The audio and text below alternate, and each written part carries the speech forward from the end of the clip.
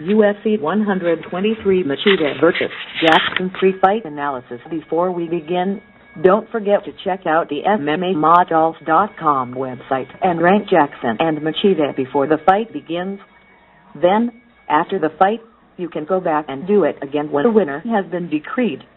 Also, the scorecard will be available to follow along and score the fight round by round. The analysis. Who doesn't want to see this fight? Both men are former champions, both coming off of losses, and both have the ability to explode and destroy their opponents. In the Dragon's last two fights, his weaknesses were exposed handily by Shogun. While Machida is a great counter-striker with heavy hands, excellent cardio, and good takedown defense, the speed and precision of other athletes can definitely pose problems for him. Does Jackson have the necessary speed and precision to open Machida up like a can of worms and put him away? Let's take a look at MMA Mortal delivery plate and see what's going to happen when these two warriors meet. Round 1.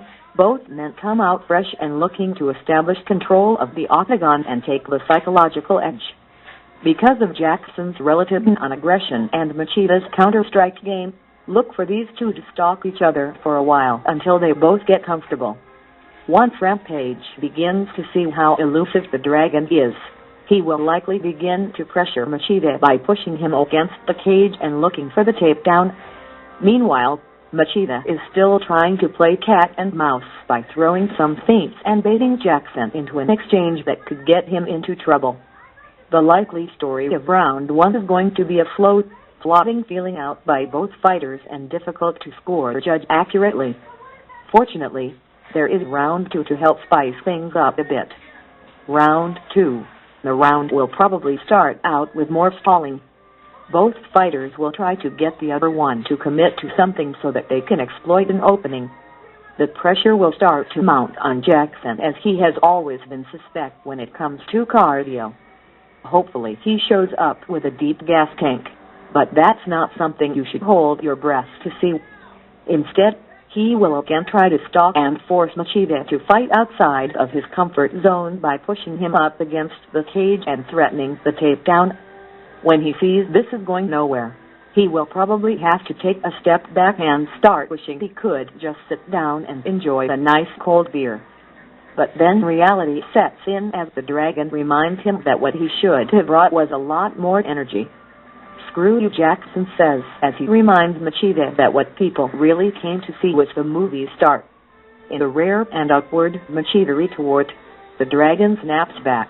I beat you in the game and I will beat you now. Then Machida will crack Rampage one good time and mount him like the hot pink motor scooter for the ride of his life. Jackson finally gets stopped for the first time in the UFC. Vouch. Final take. Machida by TKO stoppage in round 2. If the fight goes to the decision, I won't be surprised at all as both men will be hard to hit and spend a lot of time trying to avoid the other's power. Despite all of this, I am not counting Rampage out at all. We all know he can be very explosive and has devastating power in both hands. You could easily witness him trying to replicate Shogun's strategy and rush in with a sense of urgency to try to catch Machida off guard. If this happens, look for Joe and Mike to start yelling about how Rampage is back, and immediately throwing him into a title picture. Penn vs. Hughes, another fight that I am anxious to see.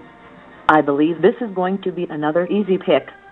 Although, just like Machida vs. Jackson, the fight could go either way. The obvious choice here is BJ Penn by decision or stoppage. In their last two fights, Penn put a hurting on Hughes in each fight, but came up short in the rematch because of his lack of cardio. Between his talent advantage and his youth advantage, this should be a no-brainer for Penn. Hughes is wiser than he was in their previous meets, so he will likely make Penn work hard for everything. But because of the prodigy's recent dedication to conditioning, BJ should have no problem keeping the pressure on and either grinding out a decision or slowing Matt down enough to lock down the early finish. The prediction here is that BJ will pull off a late fight submission or TKO. Once this happens, Joe and Mike yet again will begin singing his praises and planning Matt's retirement. An alternate ending that is not forgotten is watching Matt take BJ down and trying to control him on the ground for 3 rounds and pulling off a decision win. I think everyone knows that Matt's striking is not going to pose problems for BJ and that he will have more luck becoming President of the United States than he will of submitting Penn.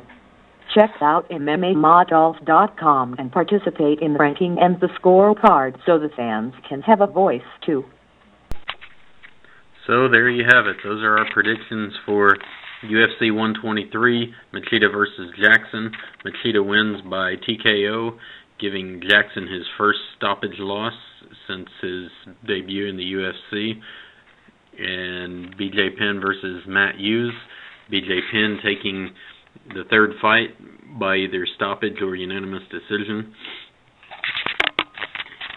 You can see how easy it is to get on MMAimmortals.com, check out the ranking, give us your thoughts on how you think these fighters match up, and check out the scorecard.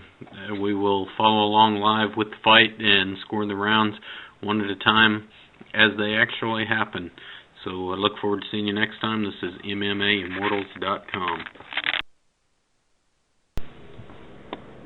MMAimmortals.com UFC 123 pre-fight analysis Machida versus Jackson and Penn versus Hughes. Thanks for watching, and don't forget to teach your 3-year-old to love MMA by playing stupid games with them.